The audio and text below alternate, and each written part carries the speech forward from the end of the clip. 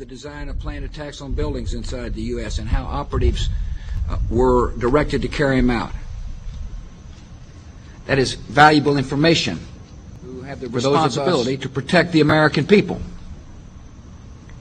He told us the operatives have been instructed to ensure that the explosives went off at a point that was high enough to prevent people trapped above from escaping. He gave us information that helped uncover Al-Qaeda cells' efforts to obtain biological weapons. This is Building 7, a 47-story skyscraper that fell on the afternoon of September 11th. The government says that fire brought it down. However, 1,500 architects and engineers concluded it was a controlled demolition. Over 6,000 of my fellow service members have given their lives. And thousands of my fellow first responders are dying. I'm not a conspiracy theorist. I'm a structural engineer. I'm a New York City correction officer. I'm an Air Force pilot. I'm a father who lost his son. We're Americans, and we deserve... I lost my husband. My son. My uncle. My nephew. September 11th, 2001. Most people don't know a third tower fell that day. The government says fire brought it down. The collapse of World Trade Center 7 was primarily due to fires. I, along with 1,400 other architects and engineers, have found the government's conclusion to be physically impossible. Impossible. We need the truth about what happened that day. Go to rememberbuilding7.org. Why it fell, why it matters, and what you can do.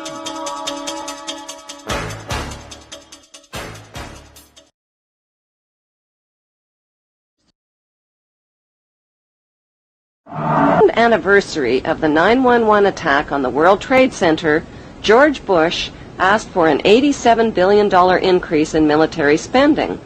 At the same time, the media released a dramatic video showing Osama bin Laden alive and well and threatening to make the 9/11 attack seem like foreplay.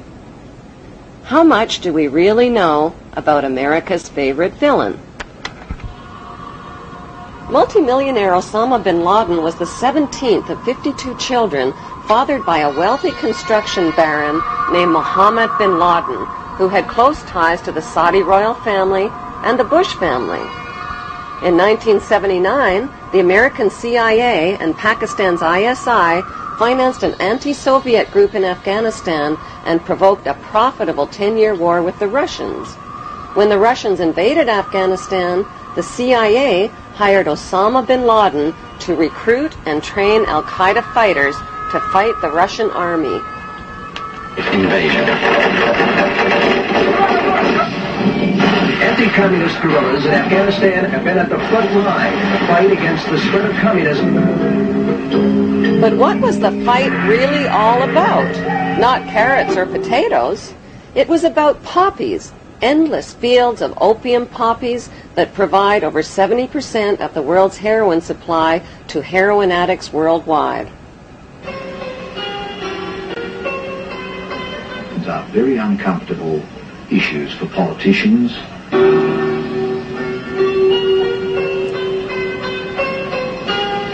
It was a dramatic story, but the media failed to tell us the less heroic side of Afghanistan's freedom fighters. America's new friends had become hooked on the economics of the poppy. During the war, many of the mujahideen radically increased the production of opium, the raw ingredient of heroin.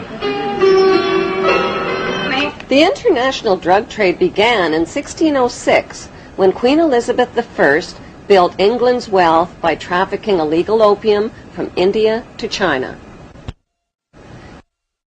British East India Shipping Company and profited handsomely, not just from drug trafficking, but from trafficking African slaves with her slave trader, John Hawkins.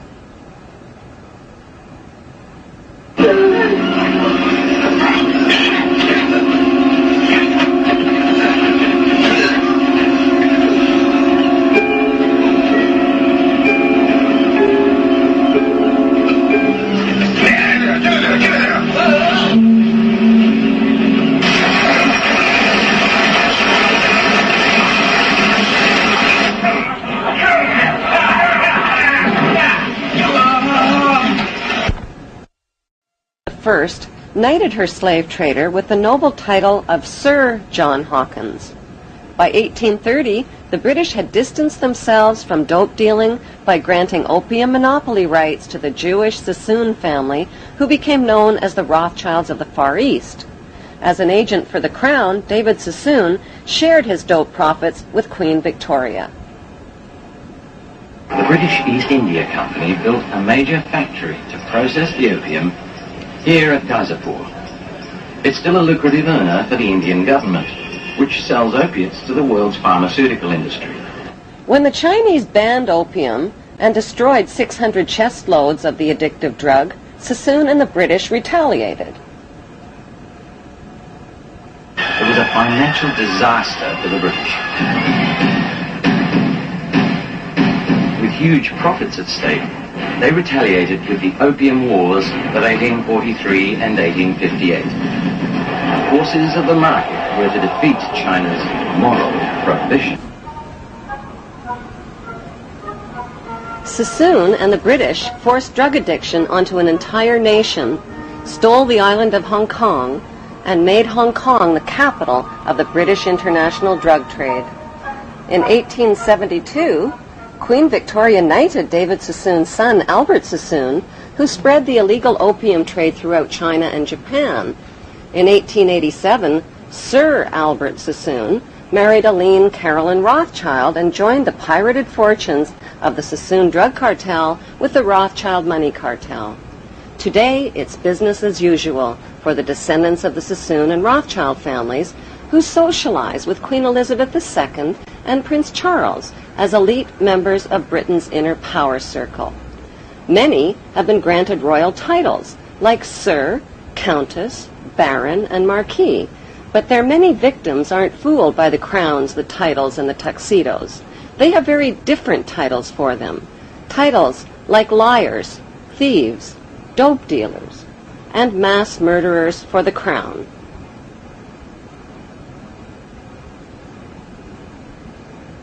On the other side of the Atlantic, a member of the same opium smuggling syndicate, Samuel Russell, founded Yale University's Skull and Bones Brotherhood with drug money.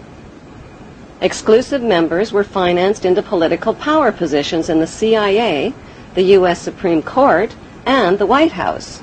When Skull and Bonesman George Bush Sr. became CIA director in the 1980s, the CIA recruited Osama bin Laden to train al-Qaeda and Mujahideen fighters in Afghanistan. The job of Osama's trainees was not just to fight the Russian communists, it was to run Afghanistan's multi-billion-dollar opium trade. Heroin, manufactured from Afghan opium, supplied $250 to $300 billion annually to Wall Street and the U.S. banks. Authors Alfred McCoy and Michael Levine tied the CIA to this unholy drug alliance and received national attention when the CIA tried to suppress their books. Michael Levine became a best-selling author when he wrote about his experience of this unholy alliance. After 30 years' distinguished service with the DEA, he could write with some authority. You could look at what they did to me as an example in microcosm of Central Intelligence's actions and the State Department in completely subverting the drug war. You know, the drug war was something that only existed in the minds of Americans, on the streets of America, for kids like my brother, for cops who died. There was no drug war. The biggest drug dealers in the world were given a license to sell drugs to Americans to support themselves. And this continued right down from Southeast Asia, through the Mujahideen, through the Contras. But how was the heroin smuggled into the United States? One of America's most gruesome secrets is that during the Vietnam War, heroin was smuggled into the United States by hiding it inside the body bags of dead American soldiers.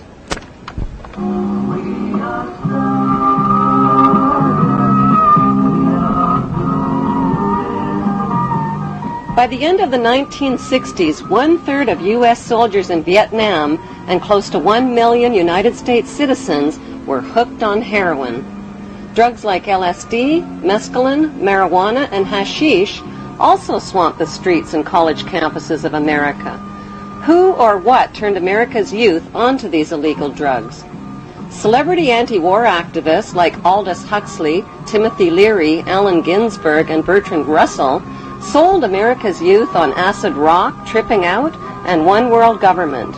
Their financing came from the Warburg Banksters and IPS, Institute for Policy Studies.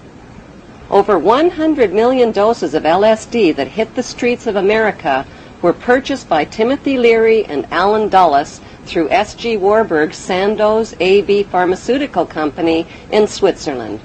Free sample-sized packages of acid were handed out not only on college campuses, but at rock concerts, where musicians persuaded millions of fans to get high.